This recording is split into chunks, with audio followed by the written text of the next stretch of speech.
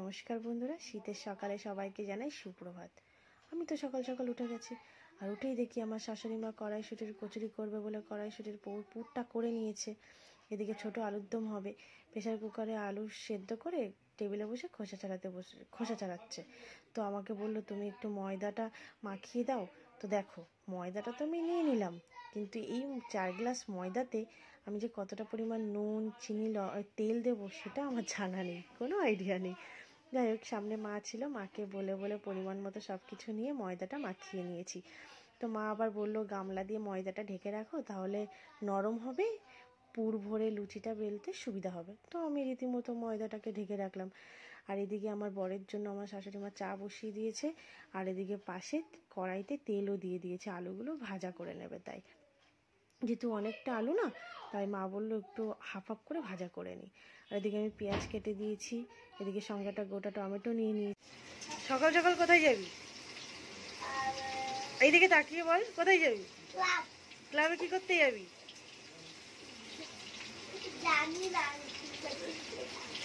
কার সাথে যাবি? কে নিয়ে যাবে? দিদিয়া? দিদিয়া তো এখনো ঘুমাচ্ছে বোধহয়। আজকে কি বার? আজকে তো শুক্রবার, ফ্রাইডে, ওর তো স্কুল আছে। ও আজকে তো 26 জানুয়ারি না? হ্যাঁ, তোকে কখন যেতে বলেছে? কোথায়?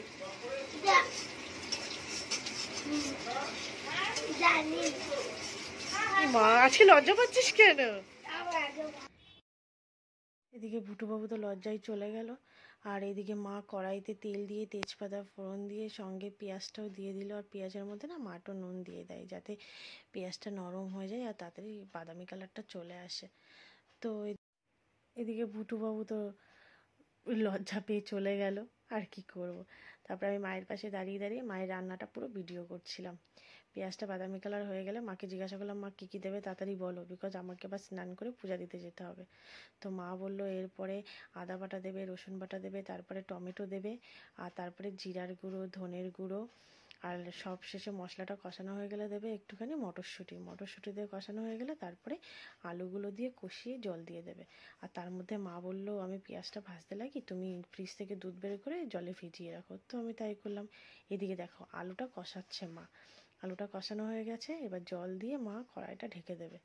আর এদিকে আমি জল গরমটাও বসাতে গেছিলাম, তার মধ্যে ডোডো বাবু চলে খাবি? আয়, ওরে বাবা রে, আয় আয় আয়, কে খাবে কে খাবে? আসো আসো আসো বাবা, চলে এসো চলে এসো চলে এসো, তুমি খাবে তো?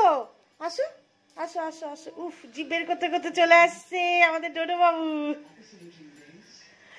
ও বাবা ও বাবা ও বাবা ও বাবা, উরি বাবা রে, উরি বাবা রে, উরি বাবা রে।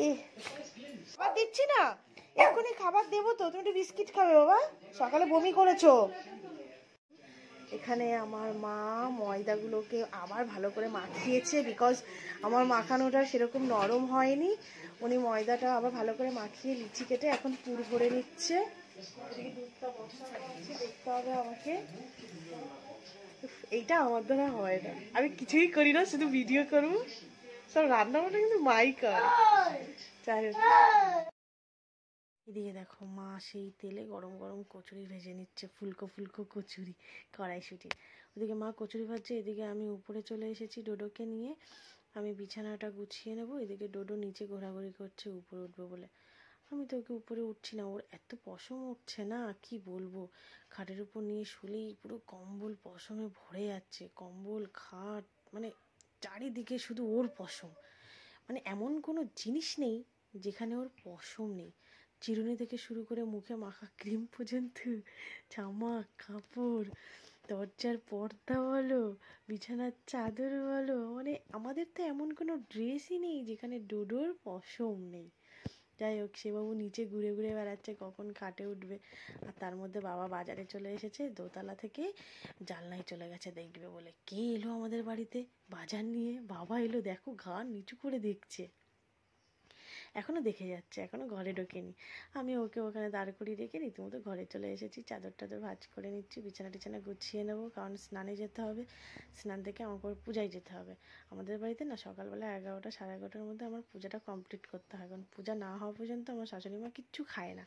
আর আমিও না, আজ 2 বছর হয়ে গেল এখনও কমপ্লিট হয়নি আমার বিয়ের, 25শে ফেব্রুয়ারি এলে আমার 2 বছর কমপ্লিট হবে। তো এতদিন ধরে আমি পূজা দিচ্ছি, তো আমার অভ্যেস হয়ে গেছে। এইদিকে দেখো ডোডোবাবু চলে এসেছে, তাড়াতাড়ি করে আমি তাকে খাটে তুলে নিলাম। এইবার তার দুষ্টুমিটা শুধু দেখো, সে কিছুতেই আমাকে কাজ করতে দেবে না। সে শুধু দেখছে আমি কি করছি। আমি যতক্ষণ না তাকে অ্যাটেনশান না দেবো সে শুধু আমার দিকে চোখ বুলিয়েই যাবে। আর এদিকে বিছানা ঝাড় দিচ্ছি যেহেতু, এবার সে এসে ভেবেছে আমি তার সাথে খেলা করছি, তা কন্টিনিউয়াসলি সে খেলেই যাচ্ছে।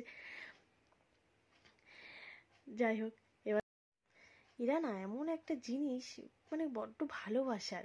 কিন্তু আমার ডোডো না, ও না বেশি চটকানো পছন্দ করে না। ওর সাথে ক্লিপ দিয়ে খেলো, ওর খেলনা দিয়ে খেলো, ওর কতগুলো টেডি আছে সেইগুলো দিয়ে খেলো। আরও সব থেকে খেলতে বেশি পছন্দ করে জলের বোতল নিয়ে। তো আমিও বেশি ওকে খুব একটা চটকাচটকি করি না।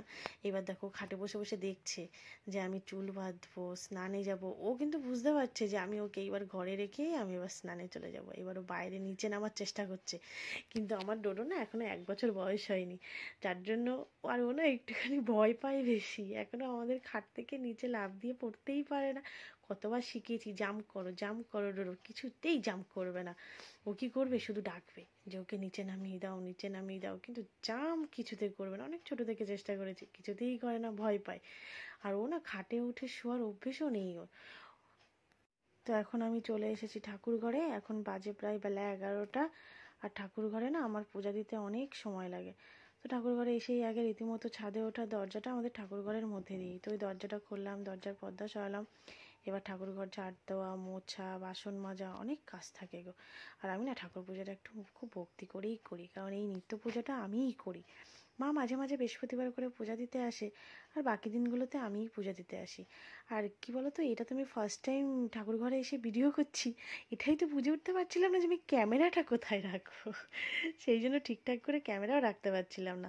আর এদিকে সকালবেলায় না আমরা একটু ব্যস্তই থাকি, তো এদিকে ভিডিও করতে যাচ্ছি, ক্যামেরা ঠিক করব না ভিডিও করব না ঠাকুর ঘরের কাজগুলো কমপ্লিট করব, আমি না একটু মানে কি বলবো তোমাদের, আর কি বুঝে উঠতে পারছিলাম না যে আমি ঠিক কি করব।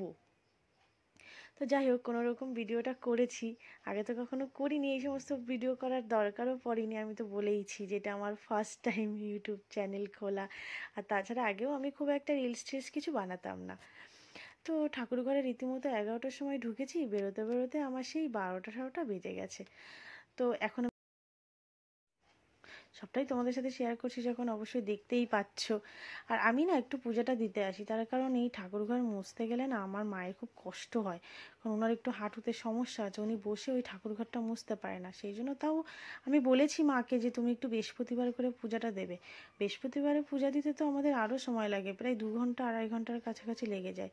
এবার যেহেতু বৃহস্পতিবার ছাড়া দিনগুলো আমি আসি, তো আমি সকালবেলায় পূজা দিতে চলে আসি, আর মা সকালের ব্রেকফাস্টটা করে নেয়। আর দুপুরবেলা গিয়ে আমি মাকে একটু হেল্প করি, দুজনে মিলেঝুলে রান্নাবান্নাটা করে নিই। এই মিলেঝুলে রান্নাবান্না করতে বলতে আমি একটু ভাজাভুজিগুলো হয়তো করে দিলাম, একটু সবজিগুলো কেটে কুটে দিলাম, বাকি রান্নাগুলো মাই করে। মায়ের হাঁটুতে প্রবলেম বলে চেষ্টা করি আমি ঠাকুর ঘরে এসে বৃহস্পতিবারের দিনও মাকে একটুখানি হেল্প করে দেওয়া, যেটা ওই ঠাকুরের বাসন মাজাটা, ঠাকুরঘর মুছে দেওয়া, ঠাকুর তুলো, এই কাজগুলো আমি একটু করে দিলে মা বাকি পূজাটা দিয়ে যায়।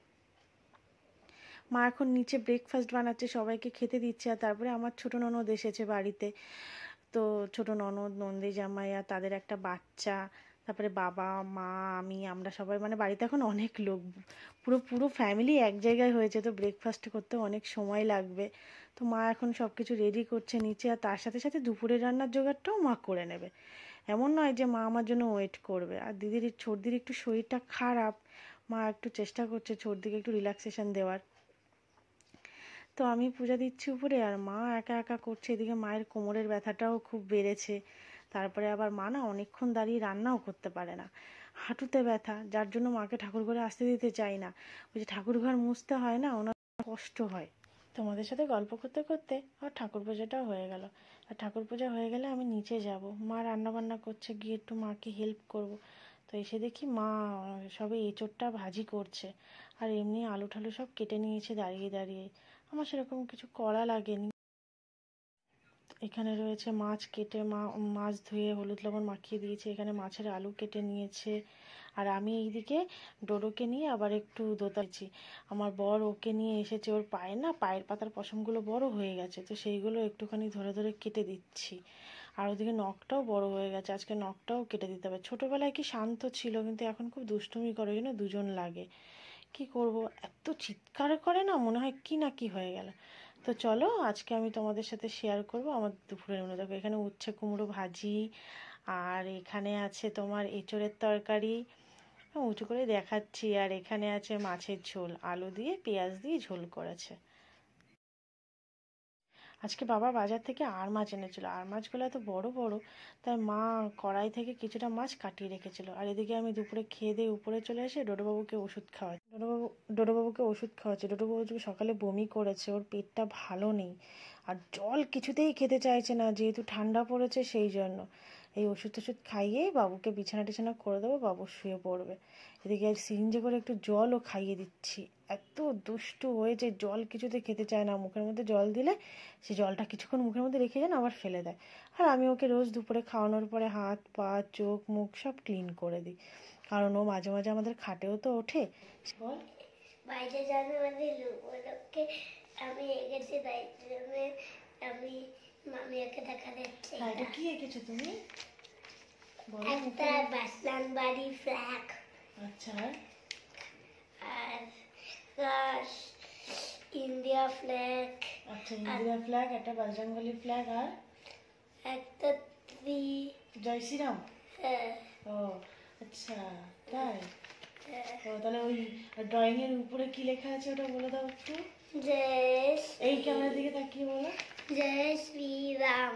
আচ্ছা, জয় শ্রীরাম। হাত তুলে বলো, জয় শ্রীরাম। জয় শ্রীরাম। হ্যাঁ, ভেরি গুড। আমি সন্ধ্যা দিতে গেছিলাম, তো ভুটু উপরে গিয়ে আমাকে ওই ভিডিওটা করে দিল। যাই হোক, নিচে চলে এসে দেখি মা পিঠে বানাবে, সব সরঞ্জাম রেডি করছে। আর ওদিকে দেখো আমার ডোডো বাবু কিভাবে শুয়ে আছে, দেখে তো ঘরে সবাই আমরা হেসে গড়াগড়ি খাচ্ছি। যাই হোক, সন্ধ্যাবেলায় সবার একটু খিদে পেয়ে গেছে, তো আমি একটুখানি মুড়ি মাখিয়ে নিয়েছি। আমি মা দিদি সবাই মিলে একটু খেলাম। আর তোমাদের সাথে শেয়ার করি, চলো মা পিঠে বানিয়েছে সেটা কেমন দেখতে হয়েছে। দাঁড়াও, থালাটা উঁচু করি, তারপরে তোমাদেরকে আমি পিঠেটা দেখাচ্ছি। দেখো, এতদূর যদি আমার ভিডিওটা দেখে থাকো তাহলে একটা লাইক আর একটা কমেন্ট করতে ভুলো না কিন্তু, আর সঙ্গে সাবস্ক্রাইবটা কিন্তু অবশ্যই করো। তো চলো, আমার ডোডোবাবুরও খিদে পেয়ে গেছে, আমার ডোডোবাবুকে একটু খেতে দিই। তোমাদের সাথে আমার পরের ব্লগে আবার দেখা হচ্ছে। বাই।